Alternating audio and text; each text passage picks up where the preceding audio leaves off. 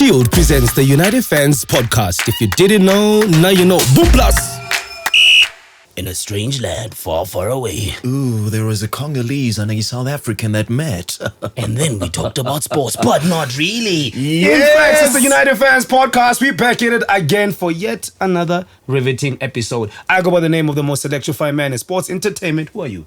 Arthur Bonakawa, aka Congo Fire. What's up, people? Always great to connect with you. Happy to be at Timber. Yeah, man. There's so much to talk about on the You show. put lotion on your hands. Really, I think I did. I mean, you did. I always make sure that a brother looks really good, That's why your head is shining. Nonetheless, shining. I should remind you, this is the United Fan podcast brought to you by Shield.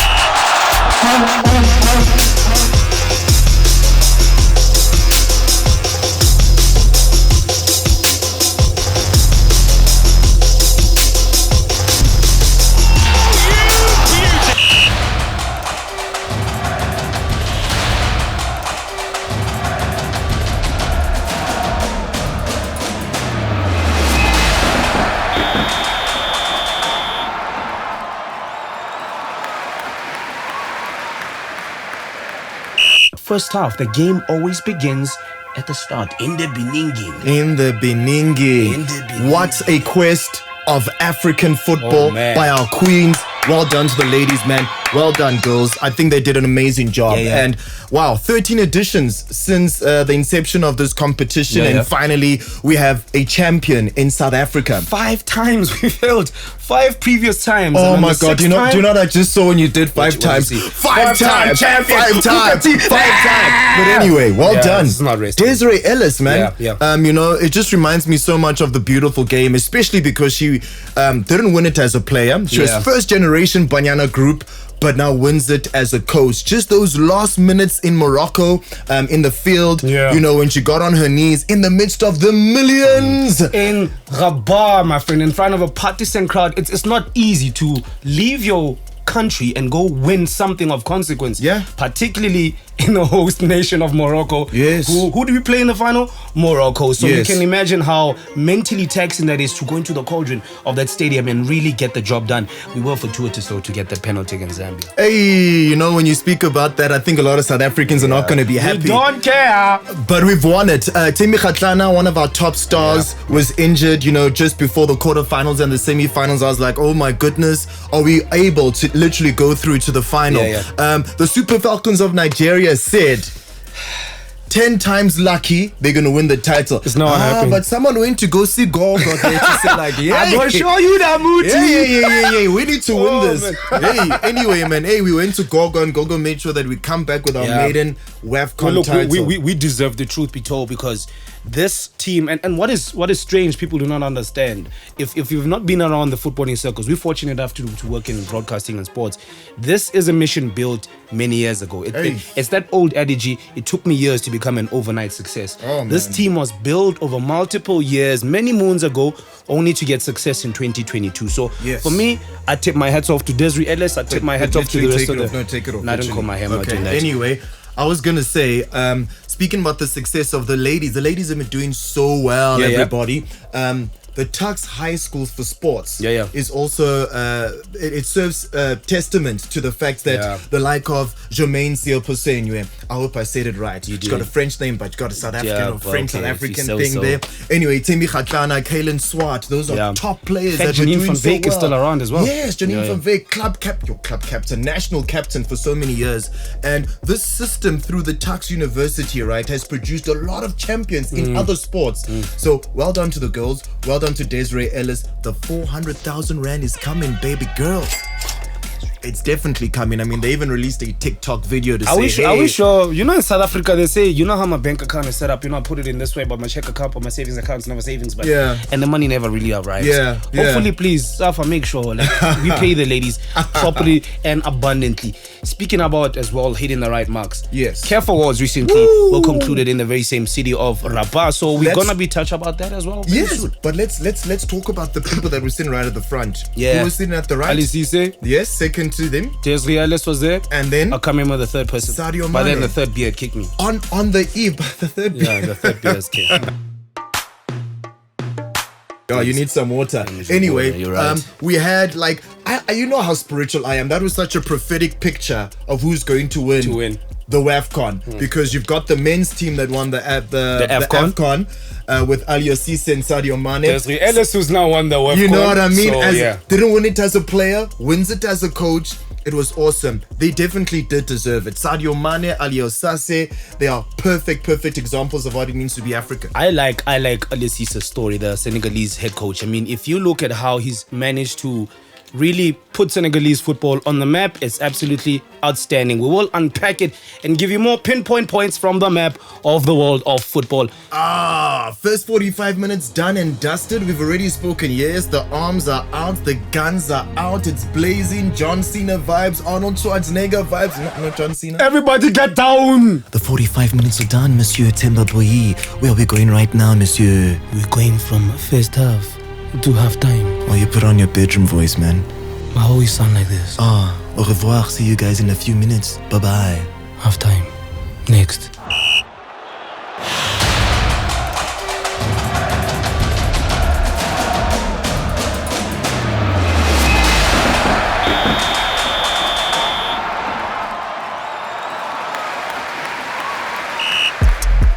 Whether it's on the sports field, the social scene, or staying active with the fam, we all need confidence to move our way. And the best confidence booster, knowing that when you break a sweat, your deodorant won't let you down. Shield's 72-hour non-stop sweat protection with motion-activated technology is the only deodorant that reacts directly to movement, so you stay fresher longer. So however you move with confidence. Shield, it won't let you down. No,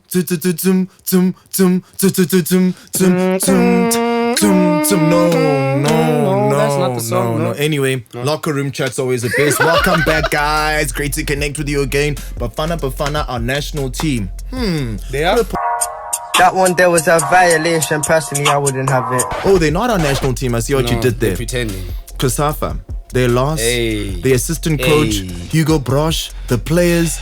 Oh, guys, we cannot continue like this, eh? We honestly cannot continue like this. I was out there. I did the game for Bafana in the COSAFA Cup encounter. And I'll tell you what I picked up from a bird's eye view. This was Helmut Keller's first time leading the team as the head coach in the absence of regular coach David Notwani, who was not there. So it's almost as if the players picked. You know when you're in high school and you're on a bus, it's like, you want to play? Which position? I don't know. Just get on the bus. We'll figure it out. It was kind of that because a lot of the players that I saw were brand new to the system and had never played with each other before at that particular level. And it showed. We put in an abysmal performance according to my lofty standards because I grew up on Dr. Kumar. I grew up on Helmut Keller. I grew up on Phil Masinga. Benny, you making me nervous. McCarthy. You know what I mean? Benny McCarthy needs to coach the national team. Nah, that's not gonna work. He's gonna slap people. I don't think. Nah, Benny slaps we don't want people. him to do that. He did a great job with Cape Town City, Yeah, he did. Amazulu.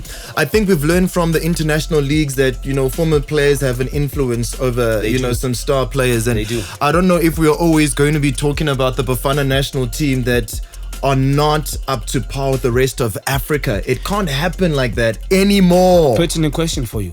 Banyana bake bafana, bafana bake banyana. See where I'm going with that one. Dude. And what really needs to be addressed for me is why is it South Africa is the only footballing nation that never delves into the program of, you know what, we're gonna get the core of our national players from one team. It happens in Spain, Dude. it happens in Bundesliga, Dude. it happens in Germany, Oh, it doesn't man. happen in South Africa. Short left. Oh man, Why is it always going the wrong way? Spain did that in the 2010 World Cup. Won a World Cup. Half of that team was Germany. Barcelona and Madrid. 2014, Bayern Munich. My goodness, Bayern Munich guys. won them the World Cup. Guys, just go and get Mamelodi Sundowns players to be a part of the national team. And hey, get the foreigners as well, guys. The Box did it with Bism Tarira. Peter I see what you mean. Shalile is a leading goal scorer. Yeah, I I see don't what you think mean. we've got an out-and-out striker in No, South we don't. Africa. And we've not had an out-and-out striker Since Benny. since last time you had hair.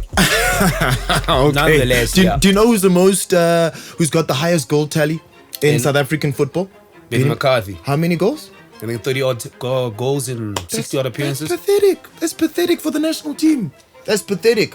How many years ago is that? Say that 30 in front years. of his face. Yeah, no, he's gonna steer at me there. He's gonna make you nervous. No, I don't want that to happen. Anyway, love the locker room chat. We're about to get into the second half. The boys must touch, pause, engage in a football way. So where we going next, brethren? I think if I call my sources, and I do have good sources, I think they're gonna take us from South Africa to the world, to England in particular.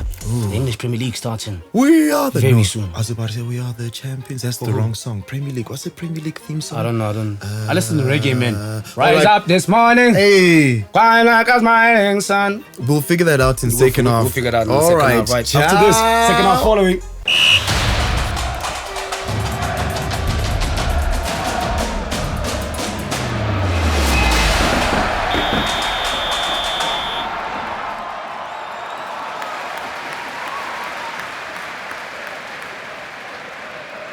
And back from a halftime break. What's after the halftime? It's always the second half where we dissect things in half for you. And in full segments, you see what I did there. I'm here all week, baby.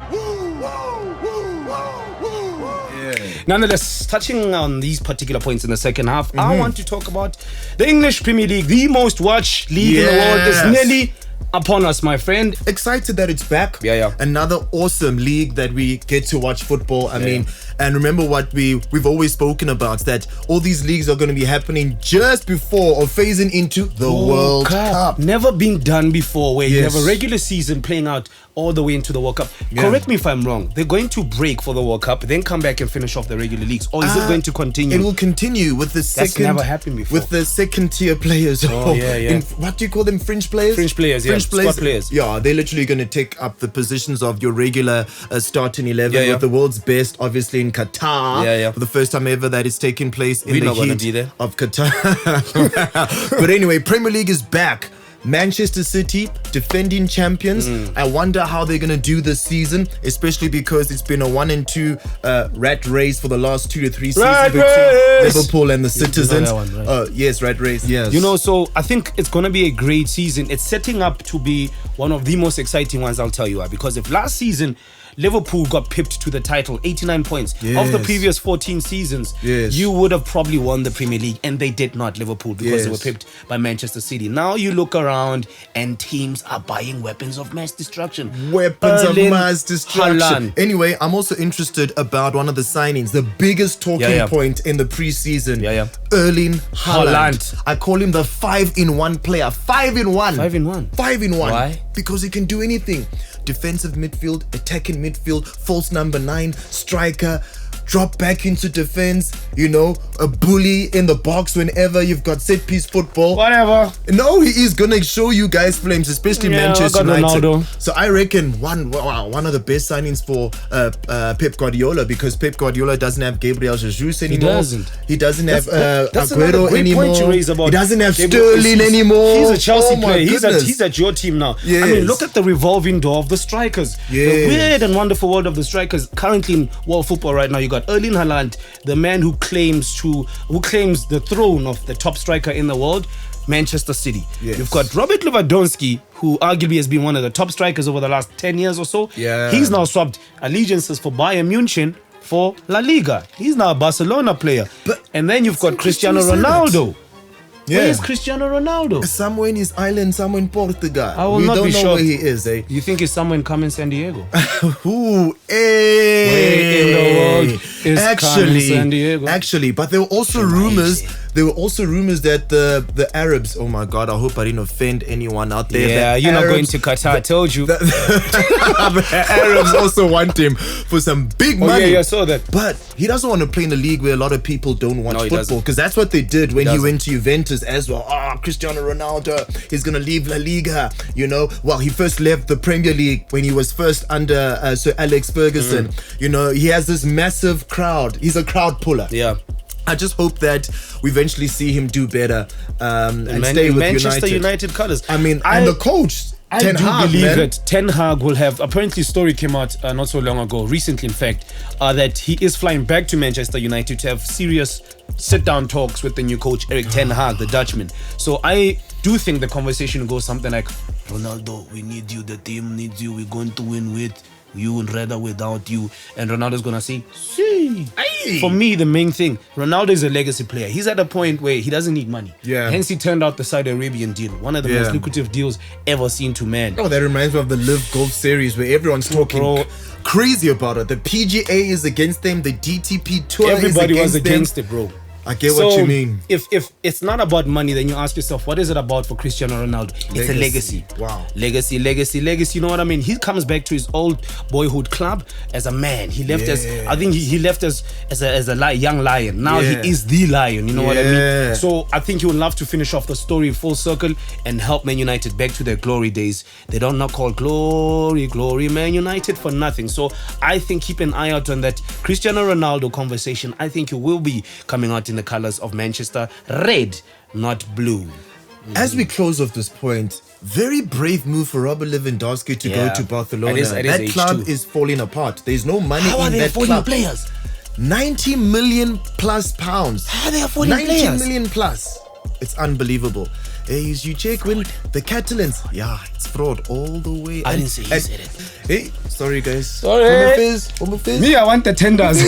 Me, I want to MC. Anyway, on that controversial bomb note, we're going to move from the second half. I think we're going to wrap it up in full time and also give you a bit of extra in extra time.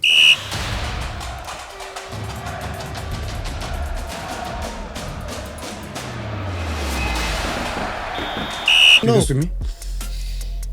And breathe. And go. Oh, there we go. I feel better. I feel stronger. 90 minutes done and dusted. 4-4 is the score.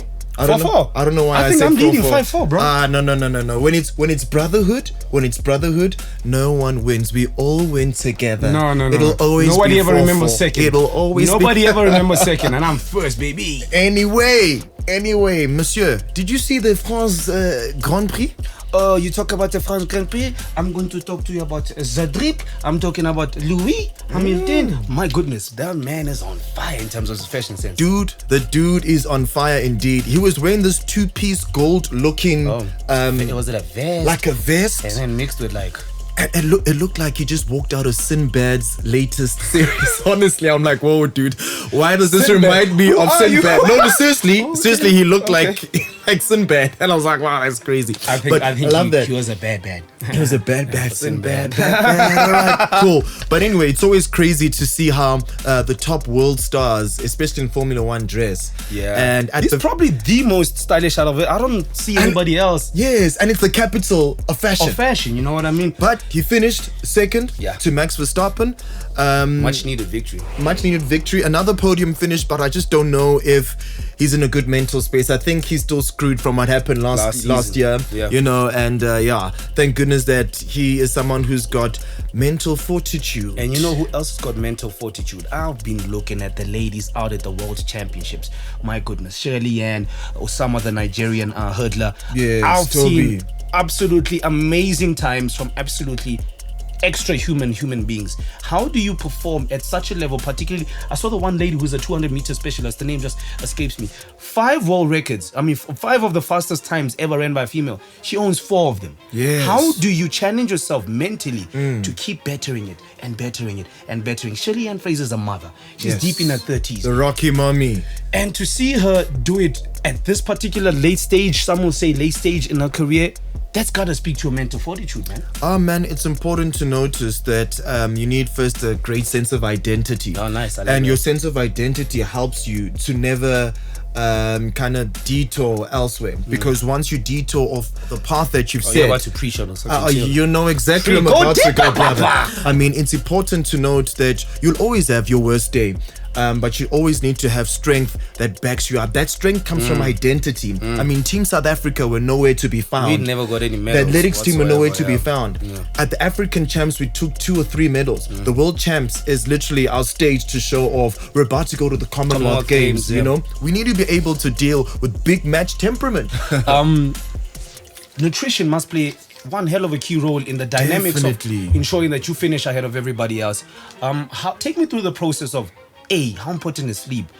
as opposed to eating the right things Yes. to give it the best possible possibility to sort of run the fastest times on the day?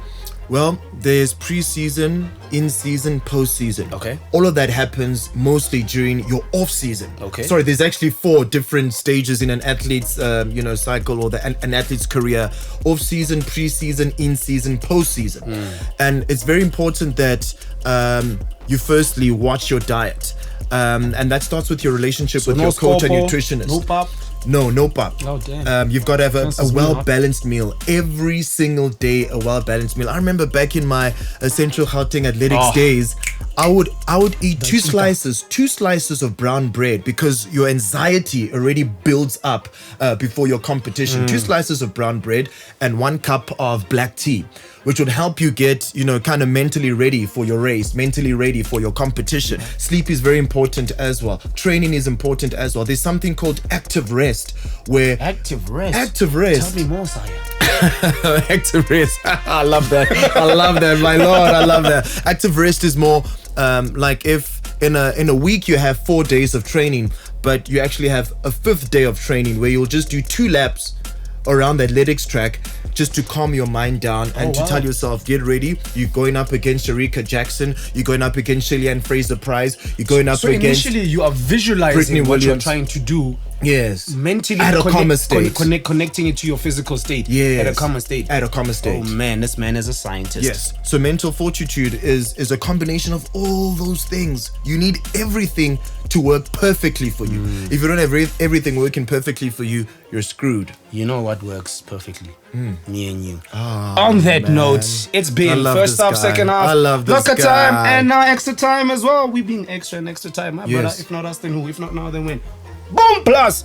Bam, fire. Shield presents the United Fans podcast. If you didn't know, now you know. Boom plus.